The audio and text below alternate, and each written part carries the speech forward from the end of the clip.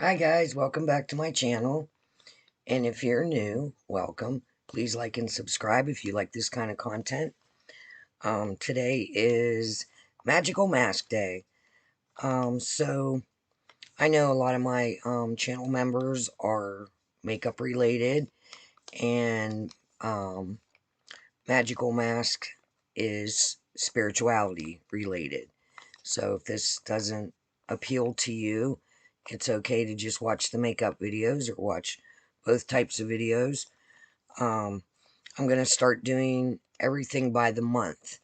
And this month, I'm going to kind of focus on the moon without focusing on the moon.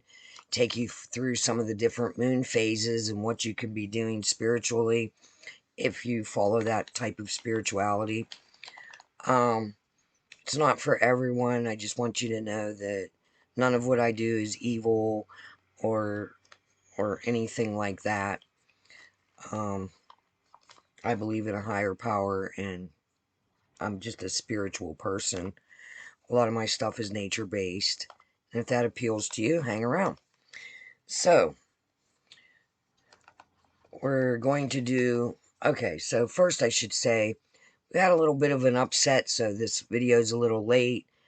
Um, my stepson came to live with us suddenly, and if you know, you know. And it's been a little bit of an adjustment. He starts school on Monday. We had to get him everything transferred over, and like I said, it's just been an adjustment. My kids are grown out of the house, and we went from it just being me and my husband to, and his son on the weekends too.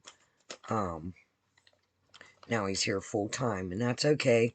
It's just been a little bit of an adjustment and getting used to the new routine and everything else that comes along with a teenager. So there's that. All right, so we're gonna do a mask. I'm gonna do a firm facial mask, collagen infused by Spa Life, and it says you'll feel like a spring chick after this facial mask. Collagen helps keep skin looking firm and supple for a more youthful complexion. So it just says unwrap the face mask, place on clean face, anywhere from 10 to 20 minutes. Remove and rub in excess serum until it's absorbed. It's a one-use mask, and it is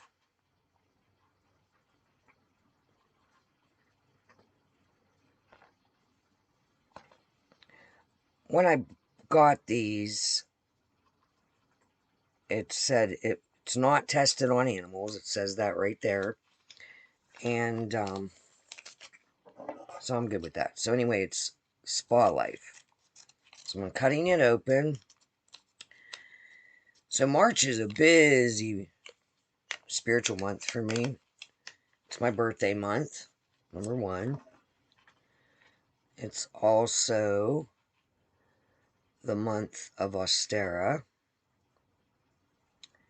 or the spring equinox, depending on what you call it, or first day of spring. Huge seasonal change. These are a little bit difficult to unfold at first. Oh, this is soaked. Nice. I really need it. I haven't been sleeping well. Uh, I don't take well to change, sudden change. If I can plan it, I'm okay. With change that is expected, or, that I plan for, sudden change throws me for a little bit of a loop, which I'm sure it does for everybody. It's going to be cold.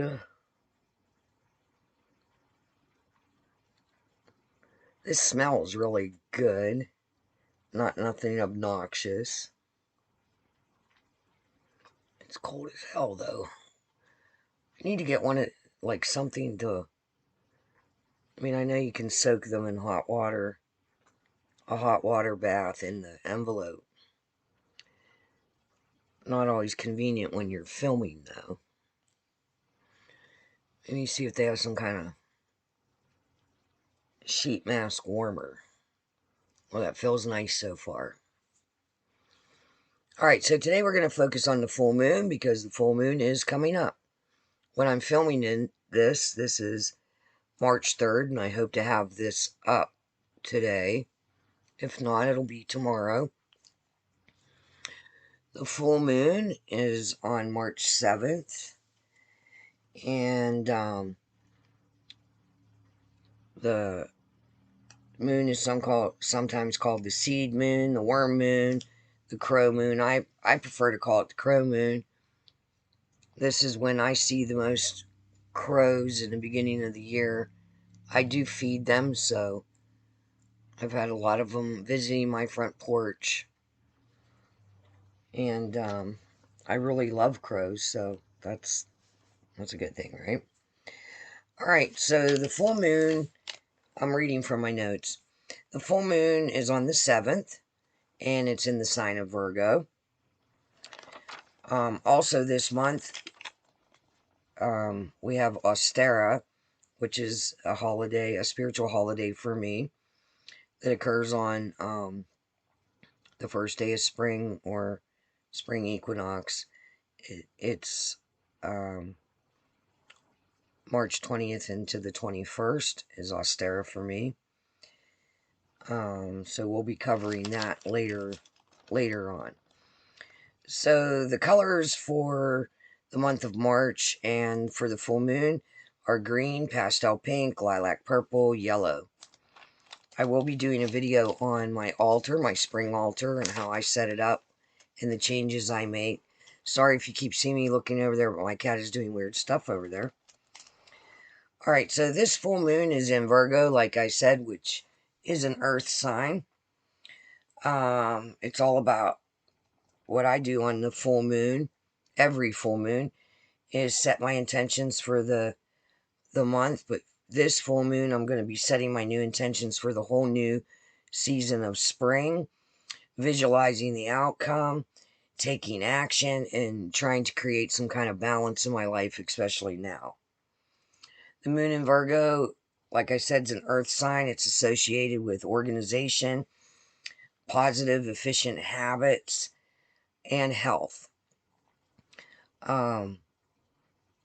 It's undoubtedly a time to start new positive habits or routines, or get on a schedule, tidy things up, declutter, get yourself ready for the spring season. And the moon being in Virgo coincides with that energy of seasonal change and all that. So this month we're going to talk about there's many things you can do on a full moon. Like I do moon water. I always take a ritual bath before I do any new full moon work. I do have an outside sacred space set up. This month I will be going outside. I don't give a care if it's warm, if it's snowing, if it's raining.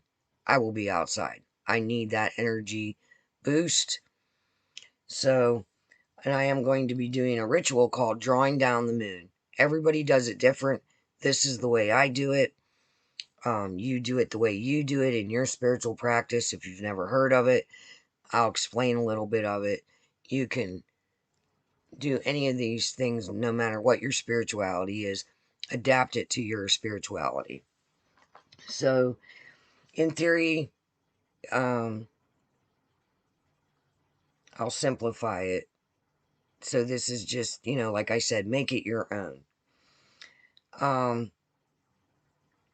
This ritual will take you into a meditative state where you will allow the moon goddess, god, or energy of the moon be present with you. Set up your space. And if you can't be outdoors, you can do it by a window. I'm going to be using all those colors. Green, pastel pink, lilac purple, and yellow candles in my sacred space. I'm also going to have a small fire in my fire pit. And I'm going to I have one that has like the little edge on it. And I'm going to put my candles around that. Have a nice comfortable either chair or pillow to sit on depending on the weather. I'm going to try to sit in the moonlight or at least be able to see the moon. Like I said, if you need to do it at a window, that's fine. Just imagine the moonlight and the moon energy coming around you, since it will be in the atmosphere energetically. So you're going to set up your space, get under the moonlight, feel the energy of the earth grounding you from beneath, as above, so below, right? Grounding you and keeping you safe. Surround yourself with white light. Only allow beings of the light to interact with you. And as you allow this energy of the moon, allow it to flow through you, bringing you into a beautiful meditative state. I always allow my mind to wander when I get into that. Anything that comes into my mind's eye, I try to take note of it. I try to sit in that meditative state, and I run, my intentions for the upcoming season, for my life. I run it through, my mind, and see if there's anything that comes to me intuitively. And I just allow myself to be in that meditative state. And whatever feelings or thoughts flow, I just allow them, I recognize them, and I let them go. So once you feel the energy flowing through you, it's really essential to allow it to shine back out into your community, into your, area. And I always do that. I always release it back out with the intentions of, healing intentions towards my community, towards the earth, towards my family, towards everyone that I come in contact with, and try to set intentions for everyone and all, around me, for good vibes, healing vibes, and just allow the energy to flow out. Now, a lot of times, I'll just sit in the energy. Like I said, I do my moon water. I always bring a case of water out. And I have,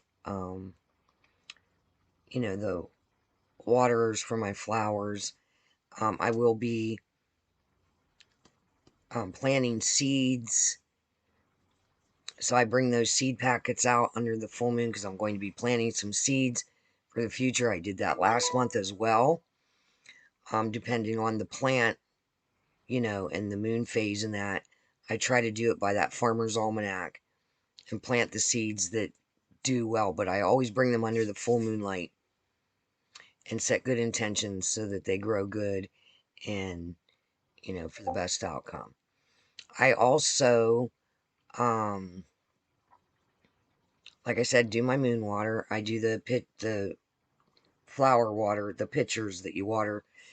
I also set that under and water my seed trays with it. Right now, we're unable to put anything outside. I have everything indoors in my craft room at the windows over there. And I have these old-fashioned blinds I pull over. It kind of makes a greenhouse effect. And it's an eastern facing window. And then I remember every day I turn my trays so that the plants don't lean one way or the other. And I'm just, I know this has nothing to do with the full moon, but these are the things that I do in March, because we are going to be going every magical mask day from here on out is going to be based on what I do spiritually during that month. So we are going to cover the new moon. The next moon will be the last quarter moon. And then I'll tell you what I do on those days. We'll also be talking about Astera, which is a spiritual holiday, also known as the spring equinox, first day of spring, depending on what spirituality you are. We're also going to do the first quarter moon. I'm also going to do a spring altar video, like what I gather for my altar and how I set it up. Spring cleaning, of course, will go towards April. April's videos, and we will do some moon phases there, but we will also cover the April full moon and all that. So that's where I'm going with the magical masks. I hope you stick around for that. Even my makeup people. And if you're uncomfortable with it, skip these videos and just watch the makeup looks.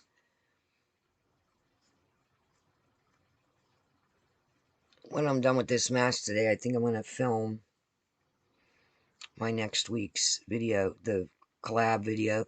I kind of had to change my filming around. The boy's real noisy, so I'm gonna have to film while he's in school, and he hasn't been in school all week, but they're out on a job. I'm adding that extra serum. It's still in here to this mask. This feels really nice. I'm really glad I chose this one. Getting old is getting old, right? It's better than the alternative, right? I also put this on my hands.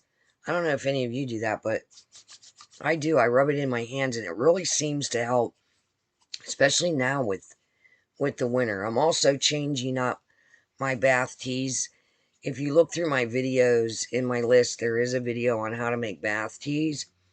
So we're coming out of winter. My skin, like I use the oatmeal bath teas for winter itch, and I continue with the oatmeal through the spring season. You know, getting ready for spring and, you know, more revealing clothing and stuff like that. So I am going to be changing up my bath tea recipe. I might do a separate video on that for springtime bath recipe. More, you know, it'll be more skin brightening and more towards the brightening, you know, coming out of winter, which I know we all suffer from dull skin in the winter. It's just the lack of sun and all that. So we're up to 17 minutes now. I'm going to be getting off here, removing this mask, finishing my skincare, and probably filming another video. So I hope you enjoyed this video. I hope it was informative for you. And until next time, I'll see you in the next one. Bye.